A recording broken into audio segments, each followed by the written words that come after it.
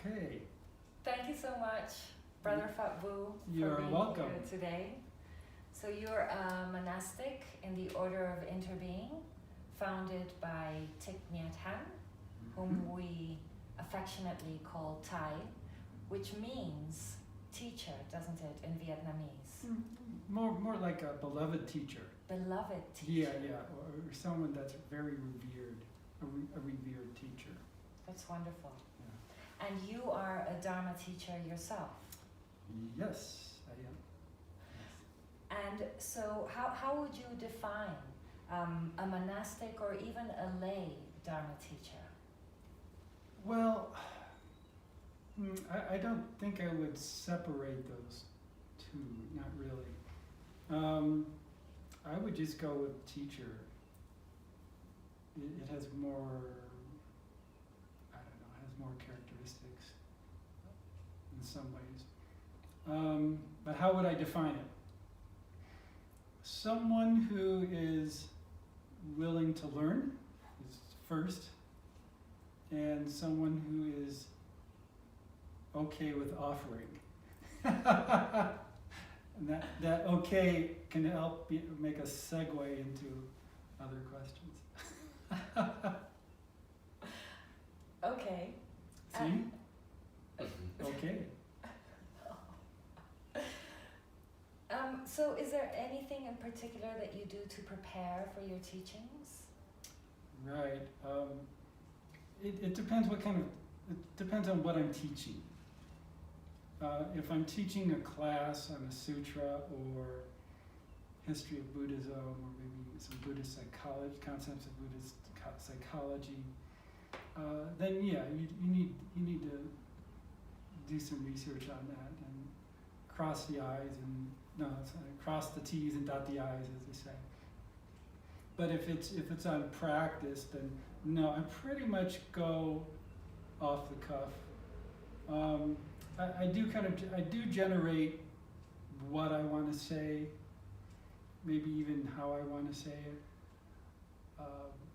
But after that, I just let it go. And sometimes it's a bit different than what I had imagined. And I think that's the way it's supposed to be. Yeah. Because you're coming from a place of the interior and your intentions. And human beings, we're not robots. And so there's a bit of a play in there of how it turns out. Usually, there are times where I've over prepared, and then when I actually sit down to give the teaching, I look at my notes and I think, okay, let's just throw this out. So would you say that it's kind of a two-way street with whoever's receiving the teaching? Oh, most definitely. You really get a different energy, and I'm not just talking about the energy of the room or the person or the people out there, but the energy inside. And this is all connected. The energy between people who are interested and those who are kind of passerbys. Oh, I just showed up. I've never seen a monk before. Versus people who really want to know and really want to understand. So in what ways has the practice helped you be a better teacher? Wow. I'd have to say pretty much everything. Yeah, pretty much everything. Because to be an effective teacher, you have to feel good about your skin, your person, your being. You have to be open to making mistakes. You have to be open to changing course. So that need of fluidity. And sometimes that can be very challenging because you want things to go this way and you want things to go that way. And, that's not life. We try, but quite often we end up with different results. So the practice has helped me over the years to allow myself to be open to this life experience of teaching, rather through, rather than from sort of this conceptual idea of teaching, but rather coming from a deeper place and letting things unfold. That's very interesting, letting things unfold. So, I was speaking about clarity and joy and lightness of heart, and I suppose that's cultivated with the practice, isn't it? Yeah. Is that carried into the teachings? Oh yes, yeah, most definitely. I could not see doing this if there wasn't an element of compassion, concern for others, wanting something good for others.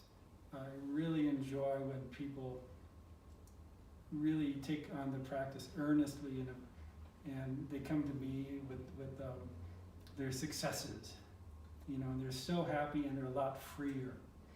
And for me, that's what the whole idea is. Knowledge or understanding is freedom. That's steps to freedom. Whether that's understanding of some type of profession you're going into, or understanding of your own processes. Yeah. And those two are very interlinked. Buddhism has this very strong moral teaching because it's understood that how we treat others is typically how we treat ourselves. And how we treat ourselves is typically how we treat others. So it's about developing, one, compassion for yourself, to allow yourself to make mistakes, and allow yourself to kind of scratch your head, what do I do now? Allow yourself, all the frailness of being a human being, right? And we're allowed that. And then have that compassion towards others. Yeah, there's no difference between compassion for yourself and compassion for others. Because really, going back to that question, what is a teacher? Going back to specifically the being a Dharma teacher, it's wanting others to be free and happy, yeah, and self-discovery. So one final question would be, what advice would you give teachers of adults or young adults in order to be more effective or productive, creative, spontaneous? Yeah, boy, that's a big topic. Do we have another hour? Do we have an hour? One, your willingness to be a student. You can't be a good teacher unless you're a good student and willing to learn things, whether it's about the field or you're learning about things of yourself. That's a little more important. Another aspect in which I touched briefly was caring. Do you really care about the people, whatever age, whoever? Caring about yourself. Those are two very important aspects. I think to be, and this is where another aspect of the practice is being your true self. An earnest teacher, an authentic teacher, a Thai would say, authentic, being an authentic monk or being an authentic person. And learning to be comfortable with your uncomfortability, because there's a lot of that, right? You teach, and you get up in front of people, and yeah, there's a lot of nervousness and self-doubt and maybe some criticism, and this crowd doesn't look too good. Okay, you need to drop all that stuff, and that's where the practice helps. Recognizing the stories and the psych outs, and the fear, basically that's fear, and clinging on to the self. And the practice is really there to help you recognize when you are going through that. So you can go back to the breath, relax the body, relax the mind. Because out of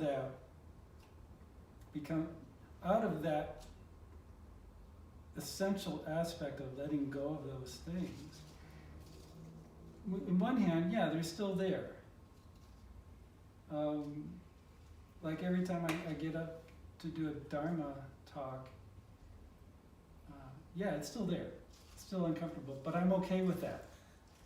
And one of the most important aspects, another important aspect, is having a good sense of humor and allowing yourself to laugh at yourself and situations and just let things roll off your back, as we say. Yeah. Great. Thank you so much. You're welcome. I've enjoyed it.